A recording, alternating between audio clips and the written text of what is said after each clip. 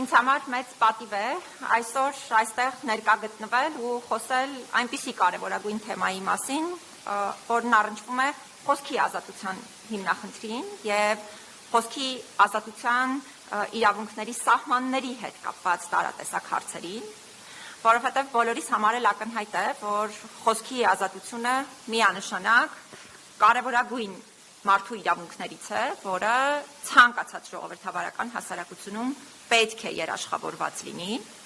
Միևնույն ժամանակ խոսքի ազատությունը ունի բովանդակային մի շարք ստանդարտներ,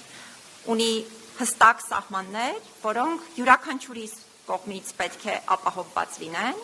եւ այստեղ է, որ բազմաթիվ իրավիճակներում ամբողջ աշխարհում եւ շատ ավելի ակնհայտ մեր տիպի պետություններում մենք գործ ենք ունենում բազում խնդիրների հետ, որոնք խոսքի ազատության եւ ոչ իրավաչափ խոսքի տեսակների, մասնավորապես օրինակ ատելության խոսքի, ապատեղեկատվության եւ այլ համատեքստերում վնաս են հասցնում ոչ թե պարզապես անհատների կամ առանձին դերակատարների, այլ իրականության մեջ վնաս են հասցնում նաեւ, եթե ես իմ դերակատարության տեսանկյունից խոսեմ, հենց մարդու իրավունքների ամբողջ համակարգի։ Եվ այս մասին է, որ ուզենամ մի փոքր իմ ողջույնի խոսքի շրջանակներում ավելի մանրամասն խոսել, նկատի ունենալով նաև այն հանգամանքը, որ այս ծրագիրը սկսվում է մի կարևորագույն ժամանակահատվածում, երբ մենք Հայաստանի Հանրապետությունում ունենալու ենք նաև համապետական ընտրություններ եւ բոլորիս համար ակնհայտ է, որ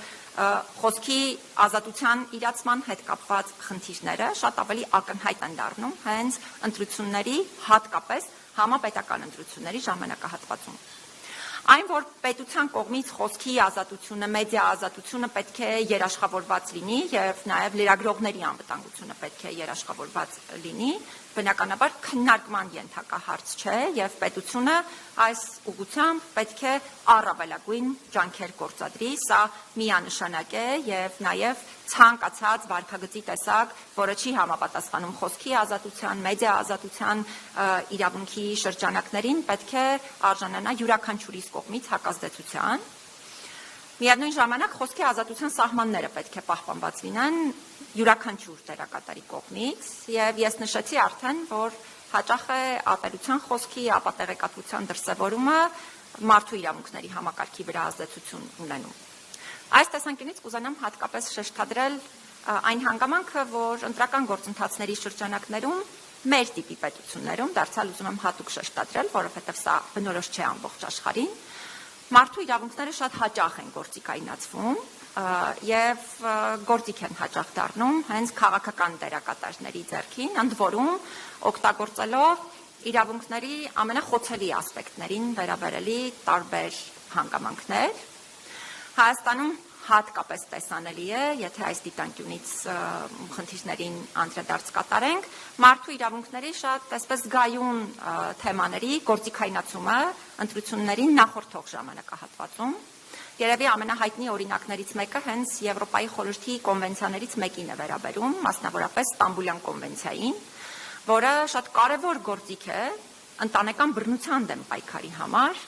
այդ թվում կանանց, երեխաների նկատմամբ բռնության դեմ պայքարի համար, որի առնչությամբ գրեթե բոլոր քաղաքական դերակատարներն են մշտապես շատ այսպես կարևոր մտքեր արտահայտում, բայց օրինակ հենց այս կոնվենցիան է գործիքայնացվել ընտրություններին նախորդող ժամանակահատվածում եւ միանշանակ օգտագործվում է տարբեր քաղաքական նպատակներով, նախ տպավորություն ստեղծելով, ձևախեղված տպավորություններ ստեղծելով, այդ թվում ընտանեկան բռնության հետ կապված տարատեսակ հարցերի առնչությամբ, բայց երկրորդ հերթին նաև իրավահավասարության, երեխաների իրավունքների եւ մի շարք այլ թեմաների հետ կապված գենդերային հավասարության, որը ոչ թե պարզապես ապատեղեկատվություն է որևէ մի քաղաքական դերակատարի առնչությամբ, այլ ապատեղեկատվությունը մարդու իրավունքների մի ամբողջ համակարգի առնչությամբ, ինչը բնականաբար չի սահմանափակվում միայն ընտրական գործընթացի վրա ազդեցությամբ, այլ սահմանափակվում է մարդու իրավունքների ամբողջ համակարգի, տարածվում է մարդու իրավունքների ամբողջ համակարգի վրա ձախեղված ազդեցություն, տպավորություններ եւ հանրային ընկալումներ ստեղծելու այդ համակարգի վրա։ Երկրորդ ամենաայսպես ակտուալ թեմաներից, որը դարձյալ գործիքայնացվում է հատկապես նախընտրական ժամանակահատվածում ու ընտրությունների ընթացքում, հաշմանդամություն ունեցող անձանց և հաշմանդամություն ունենալու հանգամանքը գործիքայնացնելն է քաղաքական խոսույթի համատեքստում։ Օրինակ շատ հաճախ կարելի է հանդիպել տարբեր քաղաքական հայտարարությունների, որոնք ըստ էության ուղղված են որևէ այլ քաղաքական դերակատարի թիրախավորելուն, բայց ամբողջ այդ ձևակերպման պրոցեսը իր մեջ պարունակում է հենց հաշմանդամություն ունեցող անձանց թիրախավորում։ Հատկանշական էր, որ նույնիսկ մեր մոնիթորինգի արդյունքները ցույց էին տվել, որ Եվրոպայի խորհրդի մարդու իրավունքների հանձնակատարի Հայաստան այցի ընթացքում նույնիսկ այդ այցի հետ կապված բազմաթիվ քաղաքական դիտարկումներ հենց հաշմանդամություն ունեցող անձանց թիրախավորելու միջոցով էին իրականացվում, չգիտեմ, օգտագործելով օրինակ խուլուհամր, այս մարդիկ խուլուհամր են եւ նման այլ ձևակերպումներ, որոնք իրապես խնդրահարույց են։ Մենք ինքներս էլ մեր վերջին գործերից մեկը որ ունեինք սահմանադրական դատարանում, որը վերաբերում էր դատավորի պաշտոնում տեսողության խնդիրներ եւ լսողության խնդիրներ ունեցող անձանց համար նախատեսված արգելքի վերացմանը, դարձյալ